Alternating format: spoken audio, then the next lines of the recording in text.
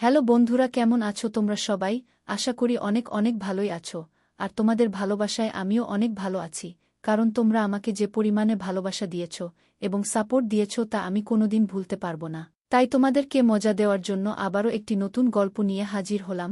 গল্পটি শোনার মতো, আশা করি তোমাদের দাঁড়িয়ে যাবে এবং তোমরা হাতের কাজ করতে সবাই হেডফোন নিয়ে বসে যাও। ভাবলাম বোনের শরীর খারাপ হতে পারে, চাবি না থাকায় পেছনের দিকে গিয়ে ঘরে ঢোকার উপায় খুঁজতে লাগলাম। পেছনের রান্নাঘরের জানালা খোলা দেখে একটু স্বস্তি পেলাম। জানালা দিয়ে ঢুকে পড়লাম আর বুঝতে পারলাম বোনের ঘর থেকে কিছু অদ্ভুত আওয়াজ আসছে। দরজা সামান্য খোলা ছিল। তাকিয়ে যা দেখলাম তা দেখা উচিত ছিল না। ফিরে যেতে চাইলাম, কারণ যদি তারা জানে যে আমি এভাবে ঢুকে পড়েছি তবে তারা বিব্রত হবে। তাই আমি ভাবলাম কিছুক্ষণ বাইরে কাটিয়ে আসি। যে কোনো রেস্টুরেন্টে গিয়ে ২-৩ ঘন্টা অপেক্ষা করলাম যাতে তারা তাদের মুহূর্তগুলো উপভোগ করতে পারে। আমার বোন দেখতে অনেক সুন্দর, শরীরের গঠন ছিল অনেক আকর্ষণীয়, যে কেউ তাকে দেখলে শুধু চেয়েই থাকে। বিয়ের পরেও মনে হচ্ছে সে আরও বেশি আকর্ষণীয় ও সুন্দর হয়েছে। আমার গল্পগুলো তোমরা শুনো, কিন্তু সাবস্ক্রাইব করো না দয়া করে। গল্পগুলো ভালো লাগলে ভিডিওটি লাইক, শেয়ার এবং চ্যানেলটি সাবস্ক্রাইব করো প্লিজ। ৫ মাস চাকরি করার পর আমি বদলি হয়ে আমার বোন এবং দুলাভাইয়ের কাছে গেলাম। তাদের সঙ্গে দেখা করে আমি খুব খুশি হয়েছিলাম। দুলাভাইয়ের সঙ্গে আমার বন্ধুত্বপূর্ণ সম্পর্ক ছিল এবং বোনের সঙ্গে ভালো সময় কাটত। ৩-৪ দিনের মধ্যে সব জিনিসপত্র নিয়ে ওদের কাছে চলে এলাম। এরপর আমাকে একটি মিটিং এর জন্য অন্য শহরে যেতে হলো। কিছু জিনিসপত্র নিয়ে রওনা দিলাম এবং বোনকে জানালাম যে ৪ দিন পর ফিরে আসব। যখন ফ্লাইটে উঠতে যাচ্ছিলাম আমার বস জানালেন যে বিদেশি ক্লায়েন্টরা খারাপ আবহাওয়ার কারণে তাদের ফ্লাইট বাতিল করেছে, ফলে মিটিং বাতিল হয়ে গেছে। বাড়ি ফিরে দেখি দরজা ভেতর থেকে বন্ধ। অনেকক্ষণ বেল বাজালাম কিন্তু কেউ দরজা খুলল না। মনে হলো কিছু একটা সমস্যা হয়েছে। দরজা খোলার চেষ্টা করতে থাকলাম। আমি দরজায় টোকা দিতে থাকলাম কিন্তু কেউ খুলছে না। একটু চিন্তিত হলাম, কারণ আমার বোন হয়তো একাই ছিল আর জামাইও প্রায় সেই কাজে বাইরে থাকে। ছেলেমেয়েরা হয়তো স্কুলে। ভাবলাম বোনের শরীর খারাপ হতে পারে। চাবি না থাকায় পেছনের দিকে গিয়ে ঘরে ঢোকার উপায় খুঁজতে লাগলাম। পেছনের রান্নাঘরের জানালা খোলা দেখে একটু স্বস্তি পেলাম। জানালা দিয়ে ঢুকে পড়লাম। ভেতরে ঢুকে টেবিলে কিছু দেখতে পেলাম না, আর বোনের ঘর থেকে কিছু অদ্ভুত আওয়াজ আসছে। দরজা সামান্য খোলা ছিল। তাকিয়ে যা দেখলাম তা দেখা উচিত ছিল না। ফিরে যেতে চাইলাম, কারণ যদি তারা জানে যে আমি এভাবে ঢুকে পড়েছি তবে তারা বিব্রত হবে। তাই আমি ভাবলাম কিছুক্ষণ বাইরে কাটিয়ে আসি। যে কোনো রেস্টুরেন্টে গিয়ে ২-৩ ঘন্টা অপেক্ষা করলাম যাতে তারা তাদের মুহূর্তগুলো উপভোগ করতে পারে। এগুলো ভাবতে ভাবতে একটি বিখ্যাত হোটেলে পৌঁছালাম। সেখানে হঠাৎ দেখি আমার জামাই কিছু লোকের সঙ্গে বেরিয়ে আসছেন। তাকে দেখে আমি অবাক হলাম। তিনি আমাকে দেখে বললেন, তুমি এখানে কি করছো? আমি বললাম, মিটিং বাতিল হয়ে গেছে। কিন্তু আপনি এখানে কি করছেন? তিনি বললেন, আমি সকালে এখানে মিটিং করতে এসেছিলাম, এখন মিটিং শেষ হয়েছে তাই অফিসে ফিরে যাচ্ছি। কিন্তু তোমার মিটিং বাতিল হয়েছে, তুমি বাড়ি ফিরে যাওনি কেন? আমি চিন্তায়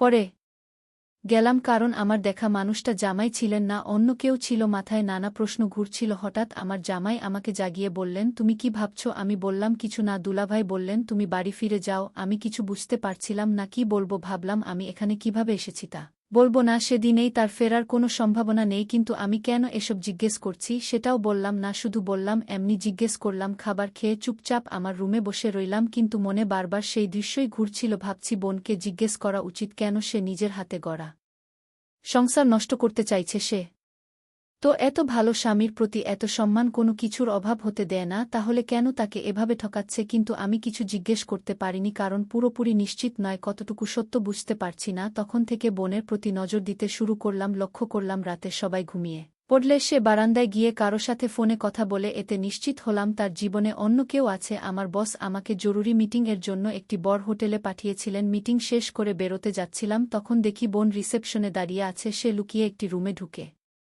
গেল। আমি নিচে অপেক্ষা করতে লাগলাম। প্রায় ২ ঘন্টা পর সেই রুম থেকে একজন লোক বের হলো। তাকে আগে কখনো দেখিনি। লোকটা চলে যাওয়ার পর বোনও হোটেলের বাইরে দাঁড়িয়ে রইল। কিছুক্ষণ পর একটা ট্যাক্সি এলো আর বোন তাতে উঠে চলে গেল। আমিও আরেকটা ট্যাক্সি ডেকে তার ট্যাক্সিকে অনুসরণ করতে বললাম। মনে হলো বোন বাড়ি যাচ্ছে। বোনের ট্যাক্সি এগিয়ে যাচ্ছিল আর আমি লুকিয়ে পিছু এলাম। ট্যাক্সি এক হোটেলের সামনে গিয়ে থামল। বোন লিফট দিয়ে একটি রুমে ঢুকল এবং প্রায় ২-৩ ঘন্টা পর বেরিয়ে এলো। তাকে দেখে হতবাক হলাম, কারণ তার সঙ্গে ছিল আমার বড় ভাই সুমন। বোন এবং ভাই কেন হোটেলের রুমে দেখা করছিল বুঝতে পারছিলাম না। তারা আলাদা ট্যাক্সি নিয়ে চলে গেল আর আমি ভাবতে লাগলাম, এতগুলো পুরুষের সাথে বোনের সম্পর্ক কি? আমি কখনো বোনের চরিত্রের সন্দেহ করিনি, কিন্তু আজ যা দেখলাম তা আমাকে ভাবিয়ে তুলে। বোনকে জিজ্ঞেস করলাম কেন সে এত মন খারাপ। সে বলল, বাসায় একঘি লাগে, তুমি কাজে আর বাচ্চারা স্কুলে, তোমাদের কারো কাছে আমার জন্য সময় নেই। একদিনের জন্য ছুটি নাও, আমরা সবাই মিলে কোথাও যাই। অনেকদিন কোথাও ঘুরতে যাইনি। আমি রাজি হলাম, কিন্তু মনে খোঁজ করছিল।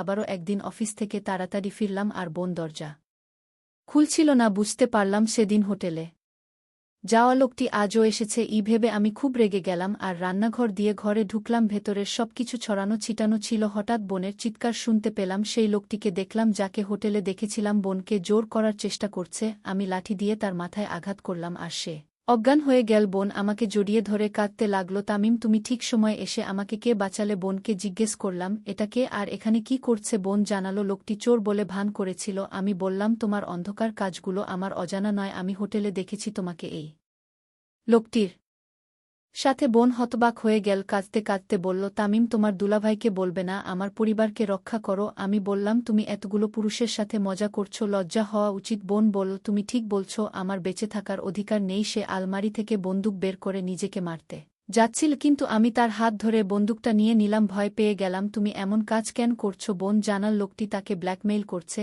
আমি বললাম, সব সত্যি বলো, আমি সাহায্য করব। আমরা লোকটিকে চেয়ারে বেঁধে মুখ থেকে দিলাম। বোন জানাল, বিয়ের আগে শ্বশুর শাশুড়ি তাকে অনেক আদর করতেন, কিন্তু সন্তান হওয়ার পর থেকে শাশুড়ি আর কোনো মনোযোগ দিতেন না। বোন অনেকবার সময় চেয়েছিল, কিন্তু শাশুড়ি প্রতিবার বলতেন, এই টাকা শুধু পরিবারের জন্য দিচ্ছেন। দিদি শ্বশুরবাড়িতে টাকার অভাব না থাকলেও তাকে বোঝানোর চেষ্টা করছিলেন যে টাকায় সব সুখ কেনা যায় না। শ্বশুরবাড়ির মানুষরা বুঝতে চাইছিলেন না। এই সময় মায়ের স্বাস্থ্য খারাপ হওয়ায় দিদি তাকে দেখতে গিয়েছিলেন। তখন আমিও ইঞ্জিনিয়ারিং কলেজে ছিলাম। মায়ের মৃত্যু এবং বাবার অসুস্থতার কারণে ভাই ও জামাই মায়ের বাড়িতে চলে গিয়েছিল, ফলে মা একা হয়ে গিয়েছিলেন।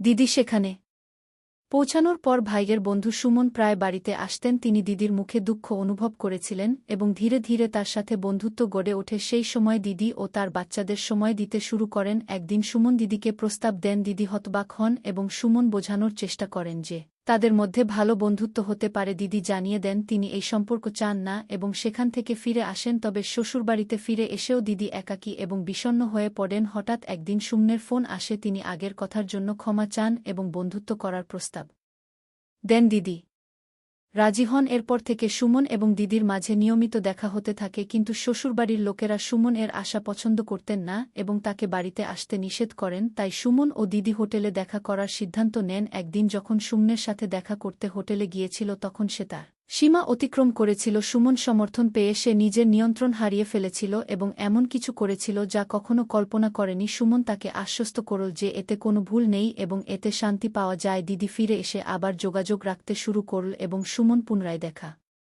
করতে চাইল। সুমন তার বন্ধুর বাসা একদিনের জন্য ভাড়া নিয়েছিল। তার বন্ধু শহরের বাইরে ছিল, তাই সুমন দিদিকে সেখানে নিয়ে গেল। তারা সেখানে তাদের আকাঙ্ক্ষা মেটাল। ফিরে এসে দিদি আবার তার দৈনন্দিন জীবনে ব্যস্ত হয়ে পড়ে। একদিন সুমনের ফোন আসে এবং সে জানায় তার বন্ধু কুমার একটি ভিডিও তৈরি করেছে। কুমার তাদের শেষবারের সাক্ষাতে একটি ক্যামেরা বসিয়ে ভিডিও রেকর্ড করেছিল। এখন সে সুমনকে ব্ল্যাকমেইল করছে। এই কথা শুনে দিদি হতবাক হয়ে যায় এবং তার জামিয়ার কাছে যাওয়ার সিদ্ধান্ত নেয়। 2-3 দিনের জন্য তার বাবা মা তাকে অনুমতি দেয়। বোন সেখানে পৌঁছানোর পর কুমার শর্ত দেয় যে ভিডিওটি কাউকে দেখাবে না যদি দিদি তার সাথে একই কাজ করে যা সে সুমনের সাথে করেছিল। দিদির পায়ের তলা থেকে মাটি সরে যায়। দিদি তখন অসহায় বোধ করল এবং কুমারের চাপে পড়ে তার সাথেও একই কাজ করল। সে ভেবেছিল যে এখন এই সব থেকে মুক্তি পাবে, কিন্তু তা হয়নি। কুমার ক্রমাগত ব্ল্যাকমেইল করতে থাকল এবং তাদের বাড়ির ঠিকানাও পেয়ে গেল। যে কোনো সময় সে বাড়িতে এসে তাদেরকে হুমকি দিত এবং ধীরে ধীরে টাকা দাবি করতে শুরু করে। দিদি একটি ফাঁদে আটকা পড়েছিল। দিদি বলল, আমি যদি তাকে বলতাম যে আমি কুমারের সাথে একই কাজ করেছি, তবে সে আমাকে প্রতারক মনে করত, যদিও আমি প্রতারক নই। দিদি কাঁদতে কাঁদতে এসব বলল। এদিকে কুমারের জ্ঞান ফিরল। আমি তার ফোন ছিনিয়ে নিয়ে ভিডিও ডিলিট করে দিলাম এবং বললাম, আজ যদি তোমাকে কোথাও দেখা যায় পুলিশে অভিযোগ করব। কুমার হাসতে হাসতে বলল, তুমি কি মনে করছো আমার ফোন থেকে ভিডিও মুছে দিলে